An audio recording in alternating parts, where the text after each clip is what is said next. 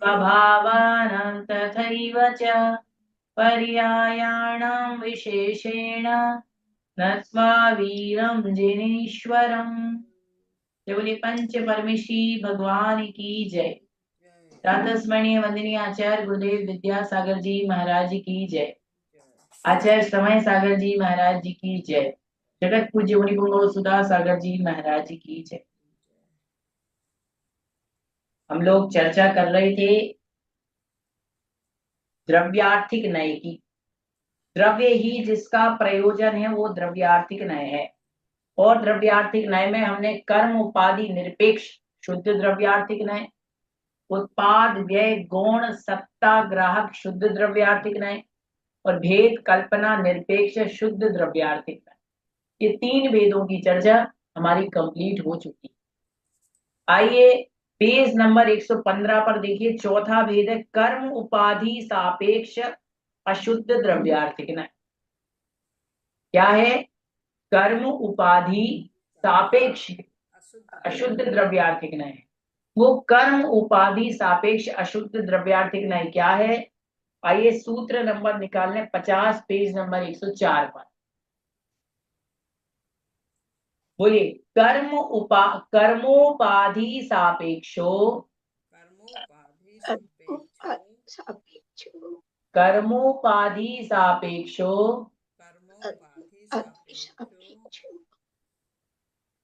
शुद्ध द्रव्यार्थिको यथा क्रोधादि कर्मज भाव कर्मज भाव आत्मा आत्मा कर्मोपाधि सापेक्षो शुद्ध द्रव्यार्थिको यथा क्रोधादि कर्मज भाव आत्मा। अशुद्ध है, शुद्ध है। वहां पर वो अशुद्ध नहीं पढ़ेंगे हम, क्योंकि जो आ है ना वो अवग्रह हो जाता है, इसलिए वो पढ़ने में तो शुद्ध ही आएगा एक साथ, लेकिन जब हम उसको तोड़ करके निकालेंगे तो वहां से आ निकलेगा संधि विच्छेद होने पर। ठीक है, चले। कर्म उपाधि सापेक्षो शुद्ध द्रव्यार्थिको यथा क्रोधादि कर्मज भाव आत्मा। बोले कर्मोपाधि सापेक्षो शुद्ध द्रव्यार्थिको यथा क्रोधादि कर्मज भाव आत्मा। कर्मोपाधि सापेक्षो शुद्ध पार्थिको यथा क्रोधादि कर्मज भाव आत्मा। कर्मोपाधि सापेक्षो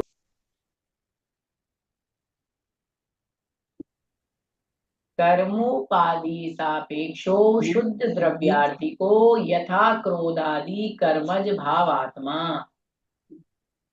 कर्म उपाधि सापेक्षो शुद्ध द्रव्यात्मको यथा क्रोध आदि कर।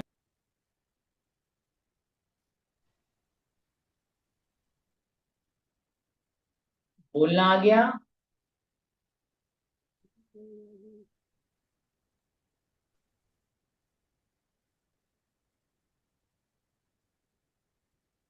देखो दो बातें होती हैं, एक किसी भी वस्तु का नेचर और एक विपरीत पर्याय। जैसे पानी का नेचर क्या है? शीतलता। लेकिन पानी को गर्म कर दिया जाए तो पानी शीतल नहीं रहता, गर्म हो जाता, तब वो विपरीत पर्याय में आ जाता कि नहीं? ऐसे ही हमारी आत्मा है, आत्मा का स्वभाव कभी क्रोध करना नहीं है। अभी किसी ग्रंथ में पढ़ा क्या हमारी आत्मा का स्वभाव क्रोध करना है? नहीं है ना। लेकिन फिर भी क्रोध आता है कि नहीं? कभी कभी आ जाता होगा। 10 दिन में एक बार आए, 2 दिन में एक बार आए, सुबह आए शाम को आए, कभी मान आ जाता, कभी मोह आ जाता, कभी लोभ आ जाता, आता है कि नहीं? तो क्या आत्मा क्रोधी हो गई? क्या आत्मा लोभी हो गई? क्या आत्मा लालची हो गई? लालच आ गया तो लालची, लोभ आ गया तो लोभी, क्रोध आ गया तो क्रोधी? नहीं, कहते हैं वो अशुद्ध पर्याय है। क्यों है? कर्म उपाधि सापेक्ष। सापेक्ष का अर्थ मैंने क्या बताया था आपको? सहित। 8 कर्मों से आत्मा सहित है, इसलिए अशुद्ध द्रव्यार्थिक नहीं। आत्मा 8 कर्मों से सहित है। कर्म उपाधि सापेक्ष का अर्थ है कर्म उपाधि की अपेक्षा से सहित यह अशुद्ध जीव। ये जीव कैसा है? ये अशुद्ध जीव द्रव्य अशुद्ध द्रव्यार्थिक नय का विषय है। ये जीव अशुद्ध है हमारा। क्यों है अशुद्ध? क्योंकि कर्म उपाधि से सहित है। हाँ, पहले तो साधना जी बड़े खुश हो रही थी क्योंकि शुद्ध द्रव्यार्थिक नय की चर्चा चल रही थी और संसारी को भी सिद्ध बना दिया। बोले माना कि आत्मा 8 कर्मों से रहित है, तो बोले सिद्ध हो गए, सोचने लगे कि हम सिद्ध हो गए। लेकिन अब ये सच्चाई है, 8 कर्मों से सहित है। 8 कर्मों से ये जीव सहित है, इसलिए ये जीव अशुद्ध है। कैसा है? अशुद्ध जीव द्रव्य है। ये हमारा जीव द्रव्य अशुद्ध है और सिद्ध भगवान का शुद्ध है। तो ये कौन से नय का विषय है? अशुद्ध द्रव्यार्थिक नय का। ठीक है। जैसे क्रोध, कर्म जनित क्रोधादि रूप भाव रूप आत्मा, ये आत्मा कर्मों से सहित है कि नहीं? और पता चले अभी क्रोध आ जाए तो आ सकता कि नहीं आ सकता? कर्म का उदय तो किसी भी समय आ सकता है। अभी क्रोध भी आ सकता है, दया भी आ सकती है, क्षमा भी आ सकता है, मान भी आ सकता है, लोभ भी आ सकता है, लालच, कुछ भी आ सकता है। कोई भरोसा नहीं है कर्मों का।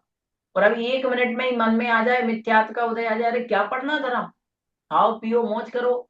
हम यहाँ 2 घंटे वो कर रहे हैं और बाजू में सहेली देखो सीरियल देख रही, दूसरे कमरे में बहू सीरियल देख रही है और हम पढ़ रहे हैं। मन में देखो आने में कुछ नहीं है। मन में कर्म का उदय आए, परिणाम 1 मिनट में बदल सकते हैं, है कि नहीं? तो वो जो मन के अंदर भाव आया कि अरे यार क्या करना स्वाध्याय करके, चलो उठो, पुस्तक बंद करो, खाओ पियो मौज करो, बढ़िया चाय बनाते हैं, चाय में बिस्किट डोब करके खाएंगे, लो भाई किताब बंद हो गई भाव। तो ये जो विकारी भाव आए हैं, ये विकारी भाव है जीव के अशुद्ध पर्याय। ये क्यों आए विकारी भाव? क्योंकि जीव कर्मों से सहित हैं, इसलिए कहते ना कर्म होंगे ना भाव आएंगे। तो ये हमारी आत्मा है अशुद्ध जीव। क्यों? क्योंकि कर्मों से सहित है। तो जो भी आत्मा कर्मों से सहित होगी वो आत्मा अशुद्ध जीव है, अशुद्ध आत्मा है। ठीक है जी, आगे समझ में? बिल्कुल सरल है। अब है पेज नंबर 115 पे देखो, 5वें नंबर का भेद। उत्पाद व्यय सापेक्ष अशुद्ध द्रव्यार्थिक नहीं। देखो 3 पहले शुद्ध बताए थे ना, बताए थे। अब तीनों के विपरीत अशुद्ध बता रहे हैं। तो 5वें नंबर का है उत्पाद व्यय सापेक्ष अशुद्ध द्रव्यार्थिक नहीं। तो पढ़ते हैं, बोलो उत्पाद व्यय सापेक्षो उत्पाद व्यय सापेक्षो शुद्ध द्रव्यार्थिको शुद्ध द्रव्यार्थिको उत्पाद व्यय सापेक्षो शुद्ध द्रव्यार्थिको उत्पाद व्यय सापेक्षो शुद्ध द्रव्यार्थिको यथैकस्मिन् यथैकस्मिन् समये समये द्रव्यमुत्पाद द्रव्योत्पाद व्यय व्यय द्रव्यात्मकम् द्रव्यात्मकम् द्रव्यात्मकम् द्रव्यात्मकम् उत्पाद व्यय सापेक्षो शुद्ध द्रव्यार्थिको यथैकस्मिन् समये द्रव्यमुत्पाद व्यय द्रव्यात्मकम् उत्पाद व्यय सापेक्षो शुद्ध द्रव्यार्थिको यथैकस्मिन् समये द्रव्योत्पाद व्यय द्रव्यात्मकम् उत्पाद व्यय सापेक्षो शुद्ध द्रव्यार्थिको यथैकस्मिन् समये द्रव्योत्पाद व्यय द्रव्यात्मकम्। बिल्कुल सरल है, छोटा सा सूत्र, अपन को देखने में बड़ा लगता है, लेकिन आधे में तो क्योंकि उसका नाम ही है ना, नाम है कि नहीं आधे में। देखो, उत्पाद व्यय सापेक्षो शुद्ध द्रव्यार्थिको यथैकस्मिन् समये द्रव्यमुत्पाद व्यय द्रव्यात्मकम। बोलना आ गया। देखने में सूत्र बड़े लग रहे हैं लेकिन हैं छोटे, है कि नहीं। तो कह रहे उत्पाद व्यय सापेक्षो अशुद्ध द्रव्यार्थिको, संधि विच्छेद कर लिया अपन ने। उत्पाद व्यय सापेक्ष मतलब सहित, और वहां पे क्या पढ़ा था, उत्पाद व्यय निरपेक्ष सत्ताग्राहक, उत्पाद व्यय गुण, वहां उत्पाद व्यय को गुण कर दिया, लेकिन यहाँ कह रहे उत्पाद व्यय सापेक्षो, सापेक्ष मतलब सहित। तो जहां पर उत्पाद और व्यय की बात आ जाएगी तो अशुद्ध पर्याय आ जाएगी, अशुद्ध की बात आ जाएगी। तो कहते उत्पाद व्यय से सापेक्ष मतलब सहित अशुद्ध द्रव्यार्थिक नय है। उत्पाद और व्यय की अपेक्षा से ये द्रव्य अशुद्ध द्रव्यार्थिक नय का विषय है। किसका विषय है। जैसे हम कहे हमारी आत्मा का उत्पाद, अभी नई नया नया मनुष्य पर्याय मिली, पुरानी मान लो हाथी की गई, फिर मनुष्य के मरने के बाद शेर की मिली, मनुष्य की चली गई, शेर के बाद गाय की मिली, शेर की चली गई, गाय की खत्म हुई, देव की मिली। तो ऐसे करके उत्पाद व्यय बढ़ता जाता कि नहीं बढ़ता जाता। जैसे कि आपने गेहूं का आटा बनाया, आटे की रोटी बनाई, है है कि है कि नहीं। फिर रोटी को भी आपने, बासी रोटी बनी तो उसका चूरा कर लिया, चूर करके पोहा बना दिया। बनाते हो कि नहीं घर में, खूब बनाते हैं, कोई नहीं फेंकता रोटी, बनाने की चीज है, बनाते हैं। तो कह रहे हैं कि क्या किया, उसकी पर्याय बदलती गई कि नहीं बदलती गई। तो अब पर्याय को लेना है, तो कह रहे उत्पाद और व्यय से सहित जो द्रव्य है वो अशुद्ध द्रव्यार्थिक नय का विषय है। उदाहरण, यथैकस्मिन्, यथा मतलब जैसे, एकस्मिन् संधि विच्छेद करने पर निकलेगा यथा एकस्मिन्। संधि होती है तो ए का गोल हो जाता है, आ और ए मिलके ऐ की मात्रा बन जाते हैं, तो बन गया यथैकस्मिन्। तो संधि विच्छेद करने पर निकलेगा यथा एक, यथा मतलब जैसे, एकस्मिन् मतलब एक समय में, एकस्मिन् समये मतलब एक समय में, एकस्मिन् समय का अर्थ है एक समय में, द्रव्यम द्रव्य के, उत्पाद व्यय द्रव्यात्मकम एक ही समय में उत्पाद व्यय और द्रव्यात्मक द्रव्य होता है। ये द्रव्य देखोगे तो एक ही समय में उत्पाद रूप है, एक ही समय में व्यय रूप है, और एक ही समय में द्रव्य रूप है कि नहीं। अब आप ऐसा नहीं कह सकते कि केवल भैया द्रव्य को पकड़ो, क्योंकि आपको उत्पाद और व्यय को भी तो पकड़ना पड़ेगा, है कि नहीं। जैसे कि द्रव्य का लक्षण क्या है, उत्पाद व्यय द्रव्य युक्तम सत, है कि नहीं।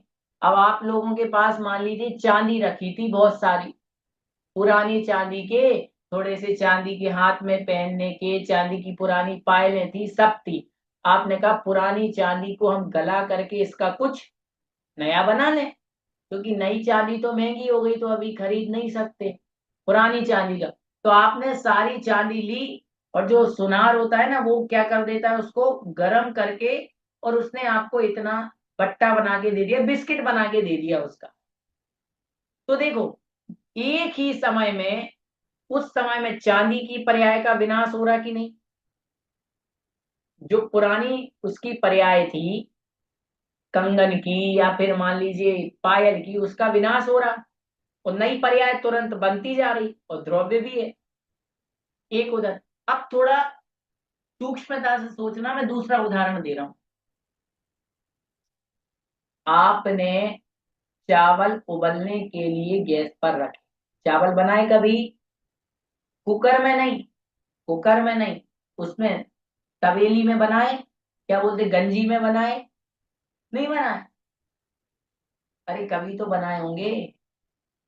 हाँ, संध्या जी बोल रही, रूबी जी बोल रही हमने बनाए, बनाए। मान लो आपने बनाए, कुकर में भी बनाए हैं, तो दिमाग में चल, अब एक बात बताओ, चावल पकने में कितना समय लगता है? 10 मिनट। 10 मिनट लगते ना। 10 मिनट पहले आपने 1 गिलास चावल डाले और 10 मिनट बाद वो चावल 2 गिलास हो गए, मतलब कच्चे से पक गए। भाषा समझ, पर्याय बदल गई कि नहीं? अब बताओ नीलम जी, 10 मिनट में पके हैं क्या चावल, या प्रति समय पके हैं? वो चावल जो इतने से इतना बड़ा हुआ, वो 10 मिनट में हुआ कि प्रति समय थोड़ा थोड़ा बड़ा हुआ? प्रति समय हुआ कि नहीं? तो प्रति समय उसकी पर्याय नहीं बनी। 1 मिनट में कुछ और होगी, 2 मिनट में कुछ और, 3 मिनट में कुछ और, 4 मिनट में कुछ और, हुई कि नहीं? और उसका व्यय भी हुआ होगा पुरानी पर्याय का, और उस समय द्रव्य भी होगा। तो प्रति समय उत्पाद व्यय द्रव्य होता कि नहीं? बताओ, हमारी पर्याय में कुछ बदलाव हो रहा है कि नहीं? प्रति समय हो रहा है। अभिलाषा जी, प्रति समय हमारी आयु एक एक समय घट रही है, शरीर में हमारे परिवर्तन आ रहा है। आप ये नहीं सोचना कल भी 40 किलो वजन था, आज भी 40 है। तो कल के और आज के वजन में भले 40 किलो दिख रहा है, लेकिन हमारे शरीर में परिवर्तन आ गया। ये बॉडी का जो टेम्प या जो भी चीज होती है, जो कल था वो आज नहीं हो सकती, जो एनर्जी कल थी वो आज नहीं हो सकती, जो एनर्जी 1 सेकंड पहले है वो आज नहीं हो सकता, क्योंकि प्रति समय पर्याय बदलती है, ये नियम है। कल बताओ शरीर में जितना खून था उतना ही खून अभी है क्या? अरे आधी की आधी की आधी की आधी की आधा बूंद तो बड़ा होगा या कम हुआ होगा? बताओ। तो शरीर में परिवर्तन आता है कि नहीं? रात भर में बाल भी बड़े होंगे। अब आप कहते भैया जी रात भर में तो नहीं बड़े, हमने नापा था तो कल भी इतने ही थे, आज भी इतने। अब रोज नाप लेना तुम, 8 दिन बाद मिलेंगी। तो परिवर्तन हमें दिखाई देता है बहुत ज्यादा टाइम में। आपको बाल बड़े दिखेंगे 15 दिन में, नाखून बड़े दिखेंगे 20 दिन में, आपको चेहरा ये बूढ़ा होता हुआ दिखेगा 20 साल, 30 साल, 40 साल। बाल आपको सफेद दिखेंगे 40 साल बाद। एक एग्जाम्पल दे रहा हूं, लेकिन होता तो काम प्रति समय है ना। तो एक ही समय में चीज का उत्पाद भी होता है, व्यय भी होता है, द्रव्य भी होता है। इसलिए कहा गया कि ये जो जीव द्रव्य है ये अशुद्ध है। इसलिए उत्पाद और व्यय को आप ग्रहण करोगे तो ये अशुद्ध द्रव्यार्थिक नय का विषय है। आगे समझ में? जैसे कि कभी आप लोगों ने मलाई से घी निकाला है,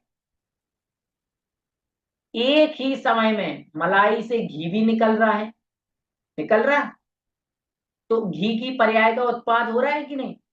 और उसी समय में जो वो मलाई रहती है वो मलाई जल भी रही है,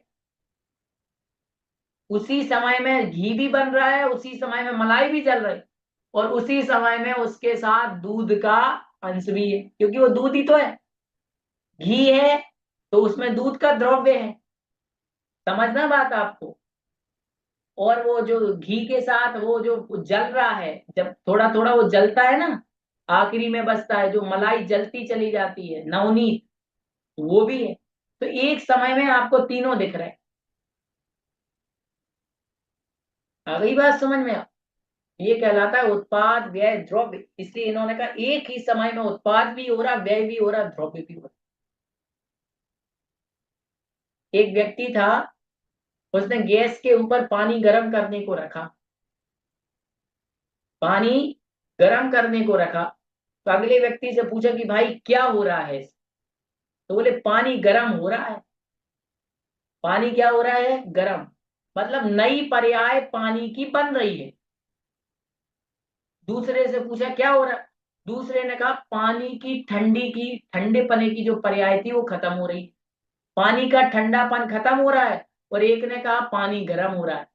दोनों बात एक ही है, पानी का ठंडापन खत्म होना या पानी गर्म होना, लेकिन बोलने का तरीका अलग है कि नहीं? सोचने की दृष्टि अलग है कि नहीं? बताओ। आ गई बात समझ में? तो बस यही चीज, एक समय में तीनों कार्य एक साथ होते हैं। अब अगला नय है, इसी में 5 हो गए। छठा है भेद कल्पना सापेक्ष अशुद्ध द्रव्यार्थिक नय। क्या है? भेद कल्पना सापेक्ष, भेद की कल्पना से सहित अशुद्ध द्रव्यार्थिक न्याय। पढ़ते हैं सूत्र नंबर 52। भेद कल्पना सापेक्षो शुद्ध द्रव्यार्थिको, बोलिए। भेद कल्पना सापेक्षो शुद्ध द्रव्यार्थिको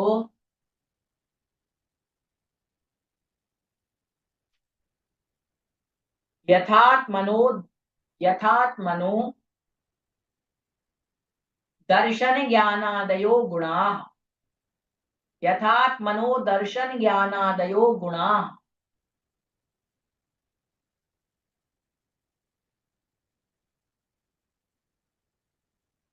भेद कल्पना सापेक्षो शुद्ध द्रव्यार्थिको यथात्मनो दर्शन ज्ञानादयो गुणाः।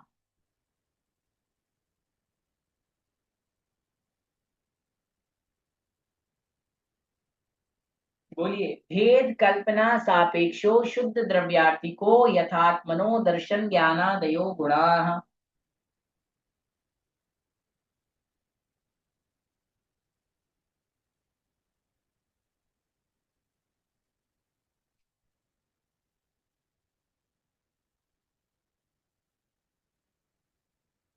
बोलिए। भेद कल्पना सापेक्षो शुद्ध द्रव्यार्थिको यथात्मनो दर्शन ज्ञानादयो गुणाः।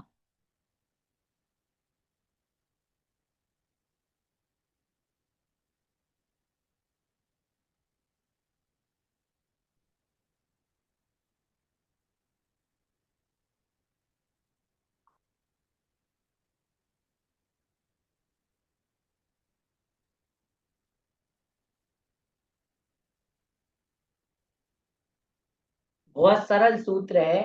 कहते भेद कल्पना सापेक्ष अशुद्ध द्रव्यार्थिक न्याय। भेद की कल्पना से जो सहित है, आपको बता रहे जहां भेद आ जाता है साधना जी, वहां व्यवहार आ जाता है। और निश्चय की अपेक्षा देखें तो व्यवहार तो नहीं है, व्यवहार तो अशुद्ध ही है। अपन कहते हैं ना, व्यवहार से ये मेरी माँ है, बोलो है कि नहीं? व्यवहार से भाई है, दोस्त है, यार है, बंधु है, लेकिन है तो सब झूठा, है कि नहीं? व्यवहार झूठा नहीं है।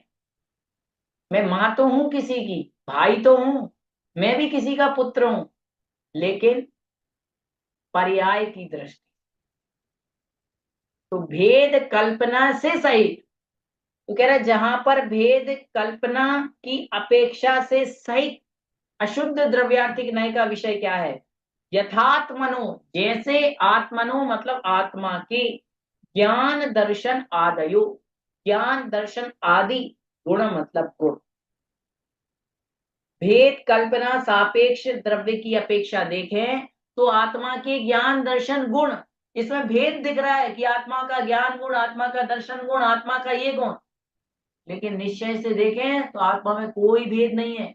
आपको दिखेगा नहीं ये ज्ञान है, ये दर्शन गुण है। आत्मा दर्शन ज्ञान स्वभाव वाली है, वहां ज्ञान दर्शन आपको अलग से दिखेंगे ही नहीं। थोड़ा सा नए का विषय अब कठिन होते जा रहा है, ध्यान से समझ, उसमें कोई अंतर नहीं रह जाएगा। निश्चय में गुण और गुणी में कोई अंतर अभी आगे आएगा। गुण और गुणी में कोई अंतर नहीं रह जाता, पर्याय और पर्यायी में अंतर नहीं रह जाता। फिर समझ गए? बताओ, भगवान के तो सब एक ही है ना। इष्टोपदेश में पढ़ा है ना, आत्मा का आत्मा के द्वारा आत्मा से ध्यान करना, निजात्मना गुरु, अपनी आत्मा ही गुरु है। ये पढ़ा कि नहीं? वही बात यहां पर आ गई कि भेद कल्पना निरपेक्ष, यहां पर भेदों की कल्पना नहीं है। अपन यहां भेद करते हैं कि अभिषेक ये पर्याय है और अभिषेक का जीव ये द्रव्य है। करते कि नहीं करते भेद? भेद आप और हम करते हैं। भेद व्यवहार करता है, निश्चय भेद नहीं करता। निश्चय की दृष्टि तो भेद रहित है, निश्चय तो अभेदी है, वो कोई भेद नहीं करता। भेद कहाँ होता है? व्यवहार में। तो कह रहे भेद कल्पना सापेक्ष, सापेक्ष है, भेद कल्पना से सहित है, भेद किया जा रहा है इसलिए अशुद्ध है, और भेद नहीं करेगा तो शुद्ध है। हमने पढ़ा था ना, भेद कल्पना निरपेक्ष शुद्ध द्रव्यार्थिक न्याय, वहां निज गुण, निज पर्याय और निज स्वभाव से द्रव्य अभिन्न है। किसी ने कहा द्रव्य और द्रव्य का गुण बताओ, निश्चय से द्रव्य बताओ और द्रव्य का गुण बताओ, बता सकते हो क्या? निश्चय में अलग है ही नहीं, दो चीज है ही नहीं, निश्चय में एक ही चीज है, निश्चय में कुछ अलग है ही नहीं। बताओ सिद्ध भगवान में बताओ, चेतनता बताओ, क्षयिक ज्ञान बताओ, क्षयिक दर्शन बताओ, कहाँ है? अलग है क्या? सब कुछ उस आत्मा ही में तो है, हमारे में अलग है। हमारे शरीर की चीज अलग है, आंखों का काम देखना है, कानों का काम सुनना है, बोले कान नहीं हो तो सुन नहीं पाएंगे, मुख का काम बोलना है, यहाँ सब अलग है, लेकिन वहां कुछ अलग नहीं है। तो कहते हैं भेद कल्पना की अपेक्षा से सहित द्रव्य अशुद्ध द्रव्यार्थिक न्याय का विषय है, जैसे कि आत्मा के ज्ञान दर्शन आदि गुण हैं। ठीक है, आ गया समझ में? आपने भेद कर दिया, ठीक है। हाँ, मंजुला जी कह रही हैं निश्चय में तो आत्मा अखंड है, कोई भेद नहीं है। आत्मा त्रैकालिक टंकोत्कीर्ण ज्ञायक स्वभाव वाली है, बस बात खत्म। ठीक है, चले अगला। अगला भेद है 6 नंबर का, हो गया। 7वां है। अब देखो 6 में 3 तो शुद्ध हो गए और 3 अशुद्ध हो गए, ये आ गए समझ में, इनमें तो कोई दिक्कत नहीं। अब मान लो आपको अंतर भी लिखना है कि कर्म उपाधि निरपेक्ष शुद्ध द्रव्यार्थिक नय और कर्म उपाधि सापेक्ष अशुद्ध द्रव्यार्थिक नय में क्या अंतर है, तो अंतर लिख ही लोगे आप। तो ये अंतर भी करके आप देखना, इसका इससे, इसका इसके, इसका इससे, अपने आप। कर्म उपाधि निरपेक्ष में तो ये आत्मा यदि कर्म उपाधि निरपेक्ष मान ली जाए तो हम सिद्ध बन जाएंगे, और कर्म उपाधि सापेक्ष है इसलिए ये आत्मा शुद्ध है। आ गया समझ में? अब अगला 7वें नंबर का है अन्वय सापेक्ष। अन्वय सापेक्ष द्रव्यार्थिक न, तो पढ़ते हैं अन्वय सापेक्षो द्रव्यार्थिको, बोलिए अन्वय सापेक्षो द्रव्यार्थिको यथा गुण पर्याय स्वभावम द्रव्यम, यथा गुण पर्याय स्वभावम द्रव्यम।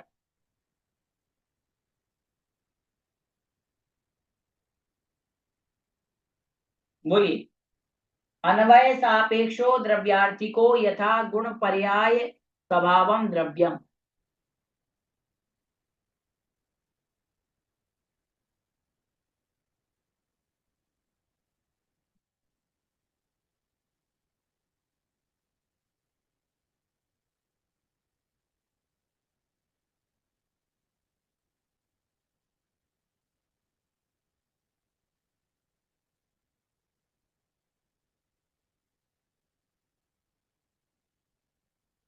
बोलिए संपूर्ण अन्वय सापेक्षो द्रव्यार्थिको यथा गुण पर्याय स्वभावम द्रव्यम। पढ़े।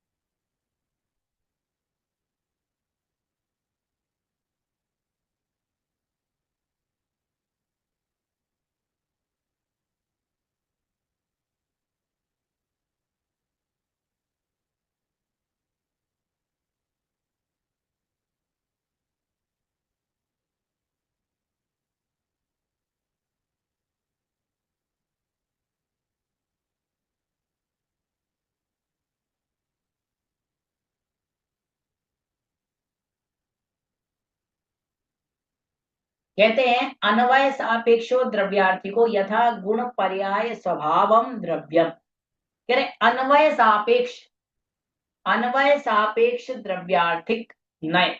अन्वय सापेक्ष द्रव्यार्थिक नय में उदाहरण दिया, यथा मतलब जैसे, गुण पर्याय स्वभाव, संपूर्ण गुण पर्याय और स्वभाव में।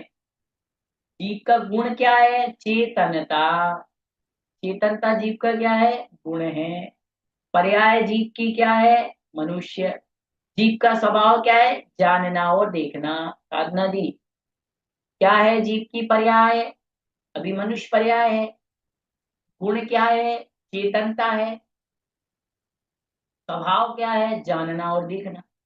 इन तीनों में, जीव के गुण में, जीव की पर्याय में, जीव के स्वभाव में, द्रव्य को अन्वय रूप से ग्रहण करने वाला नए अन्वय सापेक्ष है। द्रव्य को सब में ग्रहण करना, द्रव्य को सब में ग्रहण करना है। ठीक है।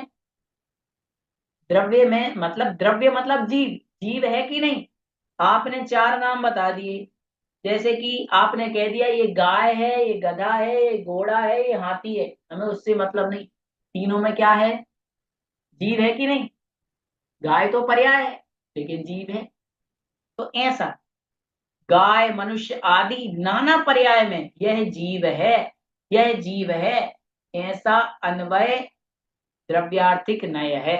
ये द्रव्यार्थिक नय का विषय है। जैसे कि सोना है, आप चाहे कंगन हो, चाहे आपका सोने का क्या कहते, और क्या बनता, सोने के कान में पहनने के हो, सोने की नाक में पहनने की हो, सोने का हार हो, कुछ भी हो, लेकिन सोने को आप कहोगे क्या? स्वर्ण तो कहोगे। स्वर्ण तो सब में है कि नहीं? मान लीजिए सुनीता जी के पास चार प्रकार के जेवर हैं, जेवर ही बोलते हैं, आभूषण। सोने का कंगन है, सोने का, और क्या होता है, सोने के कर्ण फूल हैं, सोने के बाजूबंद हैं, सोने का हार है, चार आभूषण है। तो ये तो आप कह दोगे ये हार है, ये कंगन है, ये कर्णफूल है, ये बाजूबंद है, लेकिन चारों हैं क्या? स्वर्ण तो है कि नहीं? द्रव्य तो है कि नहीं? है ना? तो वो कहलाएगा अन्वय सापेक्ष, क्योंकि ये संबंध को, सोने के संबंध को बता रहा है कि इसमें सोना है। आ गई बात समझ में? आप कैसे ही अलग अलग कथन कर लो, लेकिन सोनापना तो सब में रहेगा। ठीक है। तो जो सारी चीज अलग अलग को एक रूप में जोड़ लेता है, ऐसा कथन करने वाला अन्वय सापेक्ष नय है। ठीक है। अगला, अगला नय, अब देखो, ये सातवां हो गया, आठवां, नौवां, दसवां, ये तीनों को ध्यान से समझना। स्वाद्रव्यादि ग्राहक द्रव्यार्थिक नय, पर द्रव्यादि ग्राहक द्रव्यार्थिक नय, और परम भाव ग्राहक द्रव्यार्थिक नय। अब ये स्वाद्रव्य, पर द्रव्य और परम द्रव्य, ग्राहक तीनों को ग्रहण करता है, तो ये क्या है वो जानते हैं। सबसे पहले आठवें नंबर का बोल लेते हैं। स्वाद्रव्यादि ग्राहक द्रव्यार्थी को,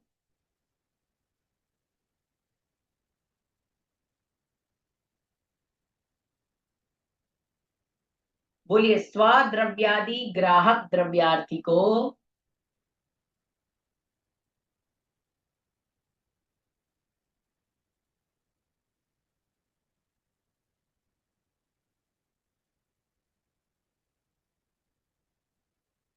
यथा स्वाद्रव्यादि चतुष्टयापेक्षया, यथा स्वाद्रव्यादि चतुष्टयापेक्षया द्रव्यमस्ति।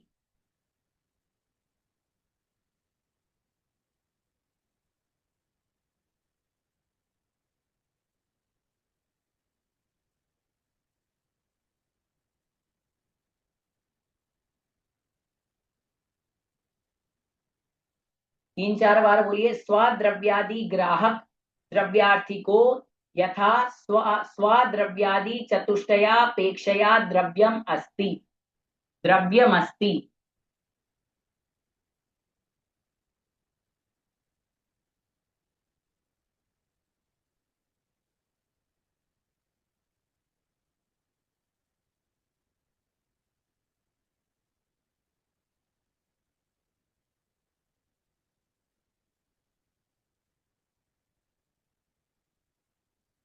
स्वाद्रव्यादि ग्राहक द्रव्यार्थी को यथा स्वाद्रव्यादि चतुष्टयापेक्षया द्रव्यम, द्रव्यमस्ति। संधि विच्छेद कर लेते हैं, सरल है। स्वाद्रव्यादि ग्राहक, स्वाद्रव्य की अपेक्षा, चार चीजें, स्वाद्रव्य, स्वक्षेत्र, स्वकाल और स्वस्वभाव। स्व मतलब अपना, अपना द्रव्य, सुद्रव्य भी कहते हैं। तो स्व का स्वद्रव्य, स्वक्षेत्र, स्वकाल और स्वभाव, चार चीज। ग्राहक इनकी अपेक्षा से द्रव्य को अस्थि रूप, स्वद्रव्य चतुष्टय, चतुष्टय मतलब चार, स्वद्रव्य, स्वक्षेत्र, स्वकाल, स्वभाव, चतुष्टय अपेक्षया, इन चार की अपेक्षा से जो नए ग्रहण करता है ग्राहक, जो अस्थि रूप को ग्रहण करता है, वो स्वद्रव्यादि ग्राहक द्रव्यार्थिक नय है, अस्थि रूप को ग्रहण करता है। और इसके विपरीत अगला कहते हैं, पर द्रव्यादि ग्राहक द्रव्यार्थी को यथा पर द्रव्यादि चतुष्टयापेक्षया द्रव्यम नास्ति। पर द्रव्यादि ग्राहक द्रव्यार्थी को यथा पर द्रव्यादि चतुष्टयापेक्षया द्रव्यम नास्ति। बोलिए।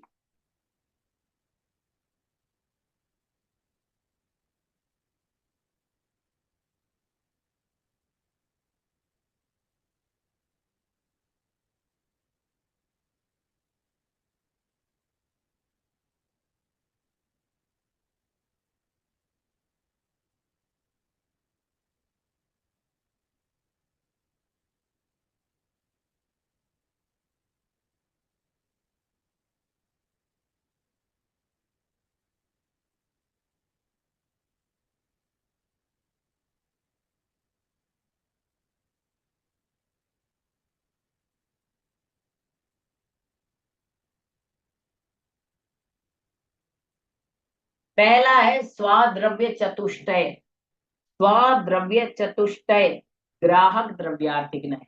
जो स्वाद्रव्य मतलब अपने द्रव्य को ग्रहण कर लेता है।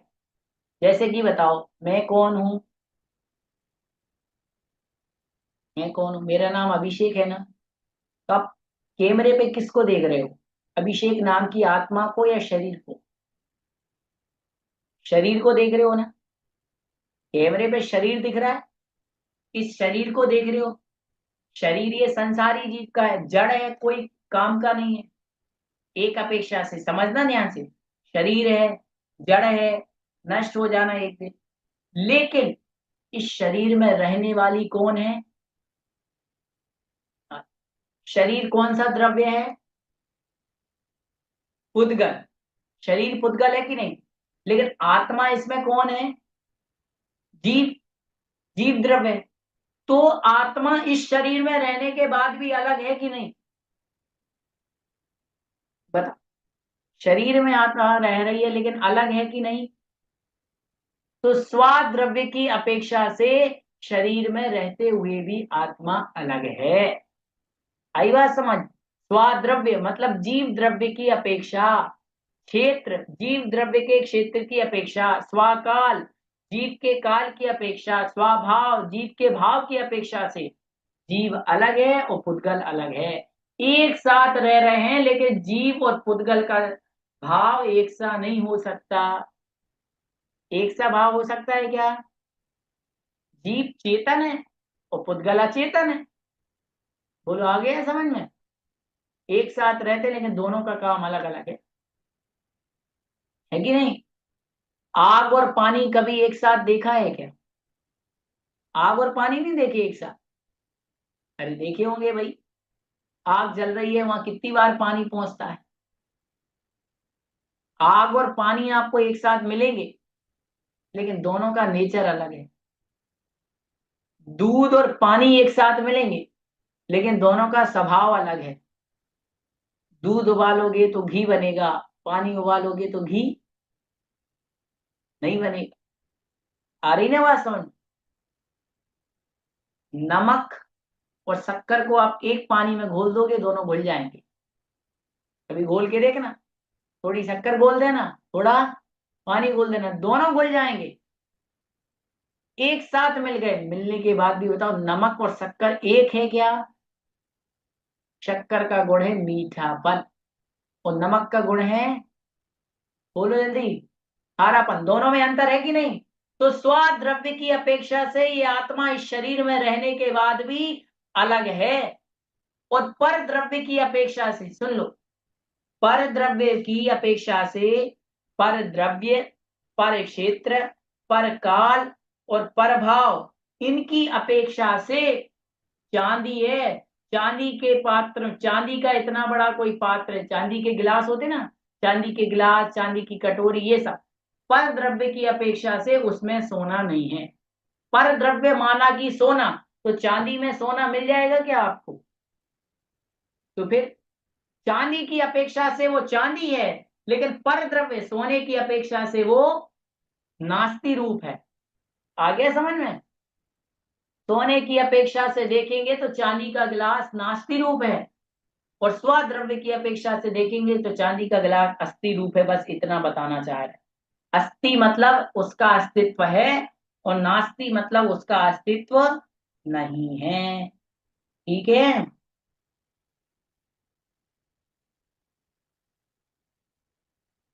आ गया समझ में?